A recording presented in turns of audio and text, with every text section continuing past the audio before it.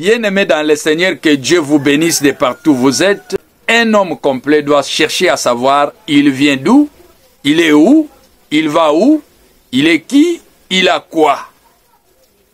Deutéronome chapitre 32, versets 7 à 8 nous demande à poser des questions à nos anciens afin qu'ils nous fassent voir qu'est-ce qui s'est passé à leur époque. Très bien, aujourd'hui nous allons parler d'un grand prophète appelé Ngiyum. Ngiyum est apparu entre 12 et 17e siècle.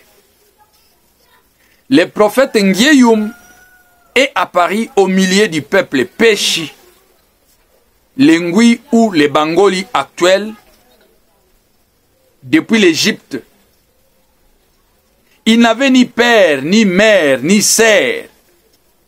Il a conduit le peuple Ngui lors de sa migration de l'Égypte vers la République démocratique du Congo actuelle. En effet, nous allons dire ceci. Le Dieu tout-puissant créateur de l'univers, le Dieu de Bangoli Angui, appelé Pungapungenzeam, a envoyé le prophète Ngiyum en ces termes. Ngiyum, prends mon peuple que voici, conduis-les au cœur ou au centre de la terre et installez-les là-bas. Va vers la source du fleuve Nil que tu passeras. Tu iras traverser une autre rivière aussi grande que tu en chasseras les occupants dans cette partie de la terre qui est le centre du monde.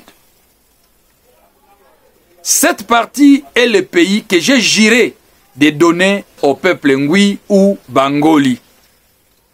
Le pays de Ngui Bangoli actuel est traversé au milieu par une rivière, Pio Pio, qui signifie très très très noir. Bien-aimé, Ngiyum portait sa lance à main, son épée accrochée à la ceinture et marchait devant les Bangoli ou le peuple Ngui. Il jeta sa lance en l'air devant eux. Si la lance tombait au sol, elle lui donnait l'ouverture du passage et Ngiyum suivait la direction. Lorsque la lance restait suspendue en l'air, oh, là c'était un danger. Cela signifie que les Bangoli ou Angui ne pouvaient passer par là. Et Ngiyum aussi, à son tour, devait changer la direction. Rappelez-vous que c'est du 12 au 17e siècle. Bien-aimé, arrivé à la destination, le prophète Ngiyum racontera les Badinga Bambenche, un grand peuple. Il les repoussa vers le sud. Et les Dinga Bakamsa fit repousser vers le sud-ouest. Les Lori descendirent vers l'ouest et firent encercler ou enclaver par les groupes de Bangoli ou Angui qui se sont installés à Mabenga et qui sont appelés les Bangoli occidentaux. Bien-aimé, Ngiyum installa les Bangoli ou Angui sur leur territoire que Dieu appela Eturebu. Après les avoir installés, bien-aimés, il leur donna les lois et les ordonnances de Dieu Tout-Puissant en rapport avec la terre, la forêt, l'eau et le mers. Écoutez maintenant les lois relatives à la terre. Onkonobu. 1. Ne répands pas ton sang de ton propre chef selon ta propre volonté. 2. Peu de jours après sa naissance, l'homme donne le sacrifice de son sang à Dieu tout-puissant et créateur par la circoncision, une et une seule fois. 3. La femme donne à la terre son sang chaque mois dans sa fonction menstruelle, selon que son Dieu lui a ordonné depuis la création.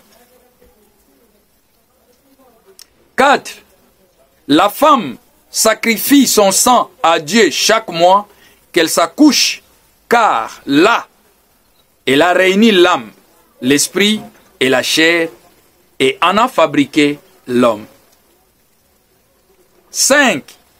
L'homme ne peut pas détruire la terre, moins encore la salir de son propre gré. 6. Ne vends point la terre, qui est la patrie que Dieu t'a donnée depuis tes ancêtres. 7. L'homme donne à la terre la part des produits de son champ et de son élevage. Bien-aimés, les lois relatives à la forêt, données par Ngueyum, Onkwon, Okun. 1. Ne tue pas ton prochain et n'abandonne pas son cadavre dans la forêt. 2. Ne brûle pas volontairement la forêt. 3. L'homme doit respecter la période de reproduction des arbres et de toutes les plantes de la forêt. 4.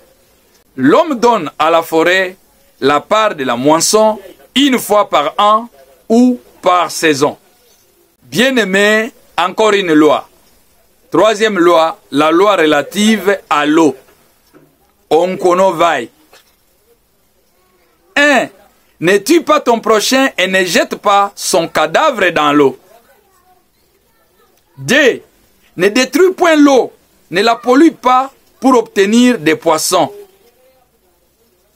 3.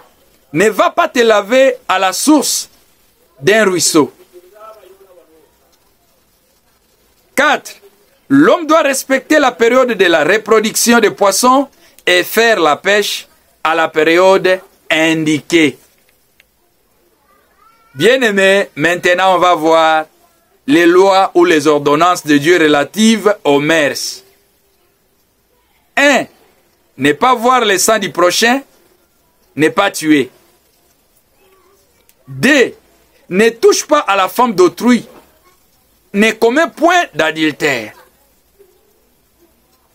3. Ne mens point. 4.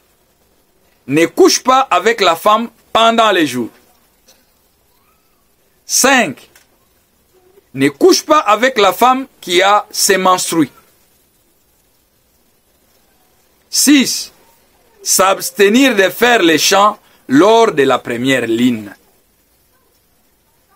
Bien-aimés, plusieurs jours passèrent après que le prophète Ngueyum y donnait les lois et les ordonnances de Dieu au peuple Bangoli ou Angui. Voilà, il appela ensuite les anciens, les chefs des clans et tous les notables et leur dit: Pungapungenziam, le Dieu de nos ancêtres, nous a conduits depuis l'Égypte jusqu'au centre de la terre, comme il nous l'a promis depuis nos ancêtres. À présent, vous avez votre pays. Observez les lois et les ordonnances de Dieu de nos ancêtres. Mais notez que plus tard, les peuples qui vous entourent comploteront contre vous et viendront vous faire la guerre. Et ça sera les sorciers parmi eux, qui se comploteront avec les sorciers qui seront parmi vous. Ils vous réduiront en esclaves dans votre propre pays. Le Dieu de nos pères, le Dieu de nos ancêtres, vous enverra un sauveur et un défenseur qui viendra vous délivrer de leur oppression. Je vous rappelle que là, il parle du prophète Raphaël Sanier à Laver Songandila Tulanda. Depuis 12e siècle. Bien-aimés, le prophète Ngueyum continua et leur dit: J'ai accompli ma mission chez vous. Je me sépare de vous et je rentre auprès du Père qui m'a envoyé. Bien-aimé, après que le prophète Ngueyum ait prononcé ces mots, il quitta le sol et monta au ciel, disparut dans les nuages. Ce fut l'ascension du prophète Ngueyum. Bien-aimé, le Bangoli Angui garde son souvenir jusqu'à ce jour et évoque chaque fois son nom dans les chants rituels faisant allusion à la morale et aux mœurs pendant les palabres. Que Dieu vous bénisse Tu viens d'où? Tu es où? Tu vas où? Tu es qui? Tu as quoi? Tu ne sais pas d'où tu viens, tu ne sauras pas où tu es, tu ne sauras pas non plus où tu vas, tu ne seras pas capable de savoir qui tu es et ce que Dieu t'a donné, tu ne sauras pas et tu n'auras pas de valeur devant les autres nations. Que Dieu vous bénisse. C'était l'apôtre docteur. Bienvenue Wabu Ozum, Onkenon Kaolisian Wosama. Tiré du livre Le prophète Sanir Alaver, père de l'indépendance spirituelle des Noirs, écrit par Jacques Etey Sankoukou. A plus et que Dieu vous bénisse. À suivre.